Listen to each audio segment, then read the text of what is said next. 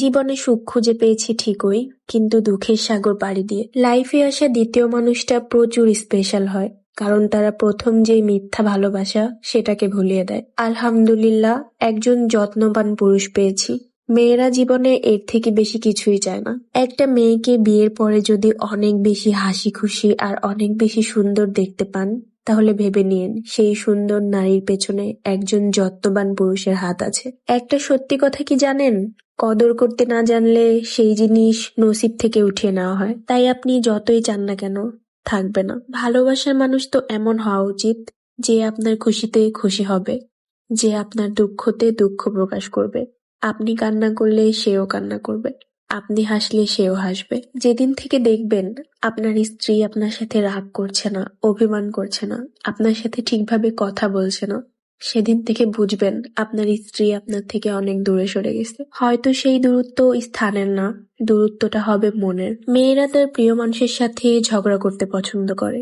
প্রিয় মানুষের ছোটখাটো কোনো কথায় কষ্ট পেলে গাল ফুলিয়ে বসে থাকতে পছন্দ করে। আর আপনি যখন দেখছেন আপনার কোনো কথায় সেই মেয়ে কষ্ট পাচ্ছে না, তাহলে বুঝে নেবেন আপনি তার মন থেকে উঠে গিয়েছেন। তাই মন থেকে উঠে যাওয়ার মতো এরকম ভয়ঙ্কর কোনো কাজ করবেন না। আমার এই হেয়ার অয়েল এবং হেয়ার প্যাক ব্যবহারের মাধ্যমে কিন্তু মাত্র 3 ঘন্টায় চুল পড়া কমতে শুরু করবে এবং আপনার চুল মান্থলি 1 থেকে 2 ইঞ্চি লম্বা করবে। এই তেলটি কিন্তু আমি নিজের হাতে বানিয়ে থাকি, একদম অর্গানিক।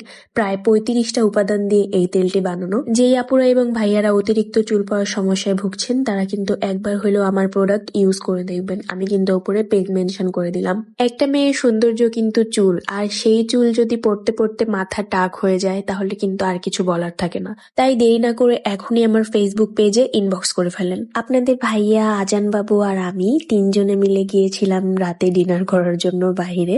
তো রেস্টুরেন্ট থেকে খাওয়া দাওয়া করে এসে আপনার ভাইয়ার তো এখনো ক্ষুধা মেটে নাই। সে বাসায় এসে বলে যে ঝাল ঝাল করে চিংড়ি মাছ রান্না করতে আর করলা ভাজি করতে।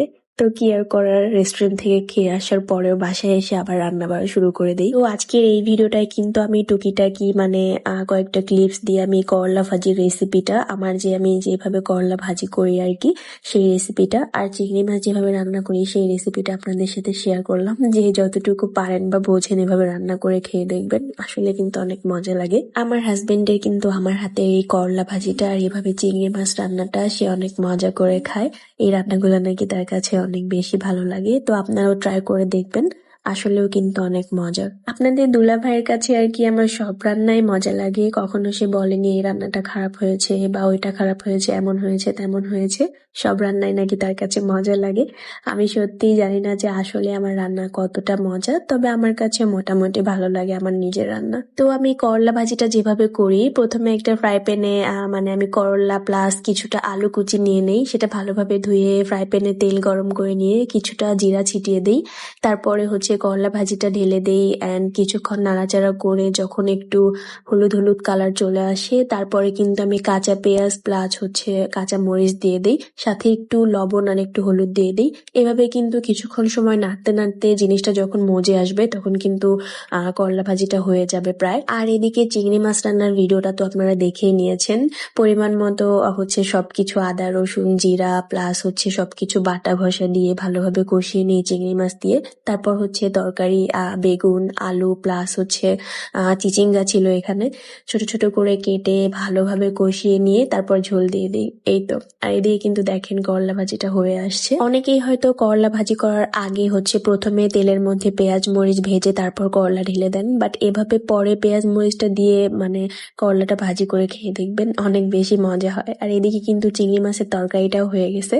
আপনার ভাইয়া আজকে রেস্টুরেন্ট থেকে খেয়ে আসার পরেও তার এত বেশি ক্ষুধা লাগছিল যে আমাকে বাসায় এসে আবার রান্না করতে হয়। তো যাই হোক, কি আর করার বলেন, জামাইয়ের আবদার বলে কথা, পূরণ তো করতেই হবে। তো আজকের ভিডিওটা কিন্তু এই পর্যন্ত শেষ করছি। দেখা হচ্ছে সবার সাথে অন্য কোনো ভিডিওতে। ততক্ষণ পর্যন্ত সবাই ভালো থাকবেন, সুস্থ থাকবেন। আল্লাহ হাফেজ and thank you so much for watching.